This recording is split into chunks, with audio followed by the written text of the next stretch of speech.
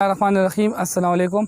पाकिस्तान में जब भी हुक्मरान जमात पर थोड़ा भी सख्त टाइम आता है, जब बजट सेशन हो, उनके पास नंबर गेम पूरा नहीं हो, या उनके इत्तेहादी जो है वो नाराज़ हो जाए, या उनके अपने जो MNAs है वो नाराज़ हो जाए, तो इस दौरान मुख्तलिफ़ किस्म की अफवाहें सरगर्म हो जाती है। जिसमें एक जो अफवाह है ये भी है कि सदारती निज़ाम हो। तो आज हमने सोचा कि इस वीडियो के ज़रिए आपको बताएं कि सदारती निज़ाम असल में होता क्या है, और किस तरह ये जो मौजूदा निज़ाम है जो पाकिस्तान में राज है इससे मुख्तलिफ़ कैसे है, और क्या ये निज़ाम जो है आवाम के लिए फ़ायदेमंद साबित हो सकता है, या वो लोग जो बार बार बारियाँ लेकर असम्बलियों में इलेक्ट होते हैं तो वो क्यों इसके मुखालिफ है। पाकिस्तान में जो मौजूदा निज़ाम है वो पार्लिमानी निज़ाम है, जिसके तहत मुल्क में कौमी असम्बली और सूबाई असम्बलियों की जो इलेक्शन है वो होती है। उसके नतीजे में 342 का जो ऐवान है कौमी असम्बली का, उसमें जिस पार्टी को भी अक्सरियत हासिल हो जाती है तो अपनी हुकूमत बना लेती है।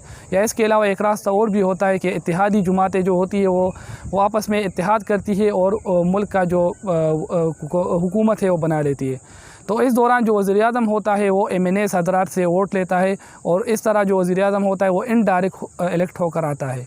और जो सूबाई असम्बली के मेंबरान होते हैं तो वो अपने वज़ीर आला को मुंतखब करते हैं। उसके बाद मरहला आता है कि ये अपने लिए काबीना बनाते हैं और फिर वो हुक्मरानी करते हैं। पाकिस्तान में एक ऐवान और भी होता है जिसको ऐवान बाला कहा जाता है या सेनेट कहा जाता है। उसका जो इलेक्शन होता है वो इनडायरेक्ट इलेक्शन होता है, और जो MP हज़रात होते हैं सूबाई असम्बली के वो ग्रुप की शक्ल में एक सेनेटर को मुंतखब करते हैं, और इस तरह जो सेनेटर हज़रात मुंतखब होकर आते हैं तो वो 6 साल की मुद्दत के लिए मुंतखब होते हैं, और जो MNA हज़रात और MP हज़रात होते हैं वो 5 साल के लिए मुंतखब होते हैं। अब आते हैं सदारती निज़ाम की जानिब। तो सदारती निज़ाम जो होता है उसमें जो सदर होता है वो डायरेक्टली इलेक्ट होता है, और आवाम उसको डायरेक्ट वोट देती है। तो इस तरह वो जो पार्लिमान होता है उसका मोहताज नहीं होता, क्योंकि जो पार्लिमानी निज़ाम है उसमें जो वज़ीर-ए-आज़म होता है तो एनी टाइम उसके ख़िलाफ़ जो MNA हज़रात होते हैं वो अदम एतमाद की तहरीर लेकर आ सकते हैं और उसको हटा सकते हैं।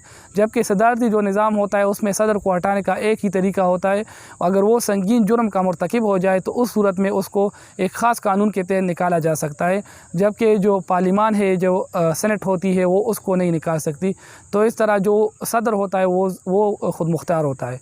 अब हमारे साथ रहे वीडियो में, आगे जाकर जो और खुद हाल है इस सिस्टम के, सदारती निज़ाम के, वो आपको बताएंगे, और ख़ास तौर पर वो पॉइंट बताएंगे कि क्यों जो मौजूदा MNAs हज़रात है जो बार बार बारियाँ लेकर असम्बलियों में मुंतखब होकर आते वो क्यों इस निज़ाम के ख़िलाफ़ है। सदारती निज़ाम में कौमी असम्बली मेंबरान की जगह सेनेटर्स होते हैं, उनको अवाम डायरेक्टली मुंतखब करते हैं।